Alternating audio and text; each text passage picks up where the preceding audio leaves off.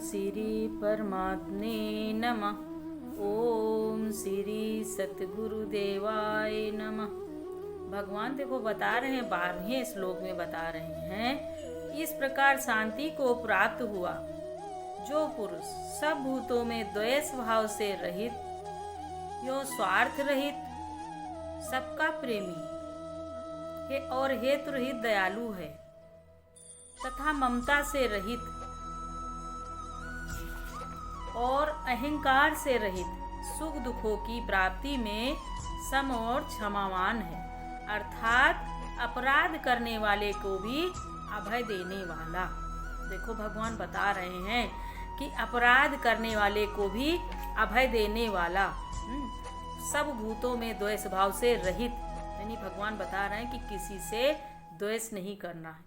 स्वार्थ रहित यानी कि किसी से स्वार्थ नहीं, सेवा करे निस्वार्थ, कुछ भी करें तो हमको उससे कोई स्वार्थ ना हो, कोई चाहना ना हो, निस्वार्थ सेवा करें, सबका प्रेमी, सबसे प्रेम करें।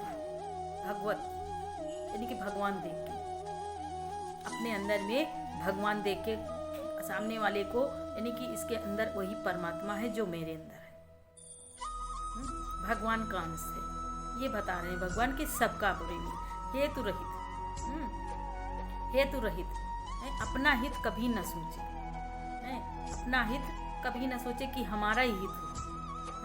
हेतु रहित भगवान बता रहे हैं दयालु, दया, सबके प्रति दया भावना, सबके प्रति, मनुष्य से लगा के पशु पक्षी चिड़िया, हर यानी कि चींटी, हर जीव प्राणी, सबके प्रति दया भावना रखे, हमारे अंदर दया हो सबके अंदर। भगवान बता रहे हैं कि हेतु रहित तथा ममता से, हेतु रहित दयालु है तथा ममता से रहित। ममता नहीं करनी है, जो हम लोग मोह करते हैं, मोह ममता में फंस जाते हैं, यही भगवान बता रहे हैं कि ममता से रहित एवं अहंकार से रहित। ये होशियारी रखें कि हमारे अंदर कहीं अहंकार ना आ जाए। ये अहम हमको गिरा देता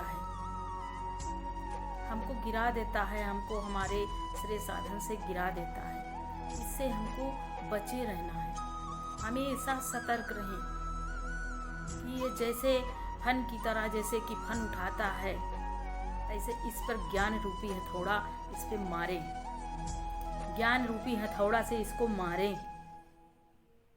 यही भगवान बताते अहंकार से रहित, अहंकार से रहित सुख दुखों की प्राप्ति में सम और क्षमावान, सुख हो चाहे दुख हो।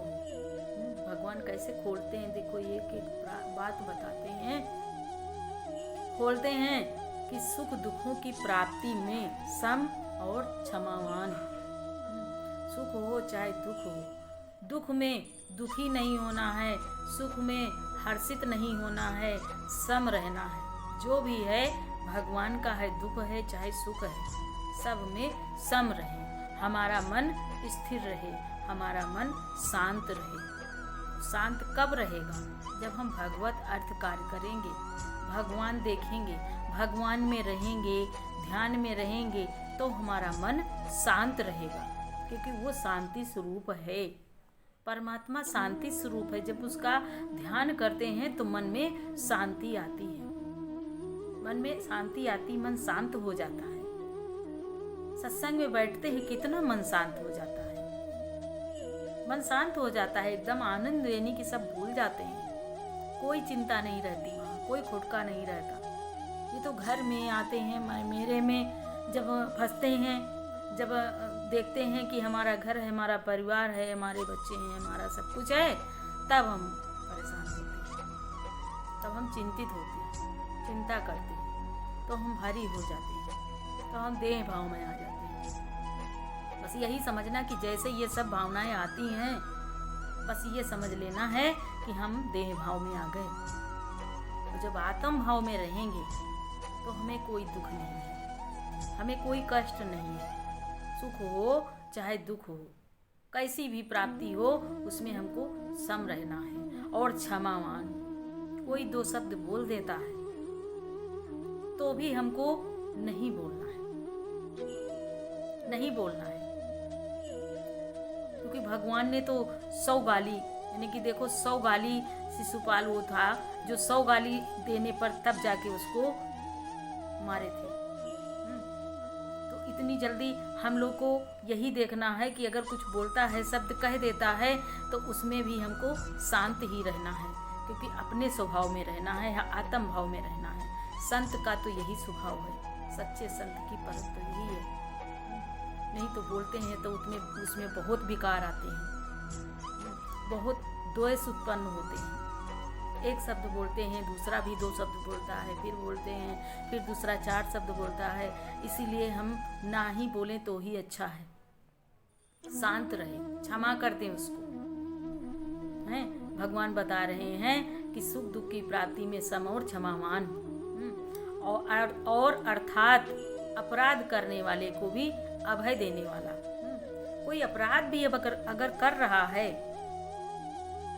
कोई अपराध भी कर रहा है, तो उसमें भी संत उसको दोषी नहीं मानता, उसको दोषी नहीं मानता। वो यही कहता है कि कोई बात नहीं, इसका प्रारब्ध है,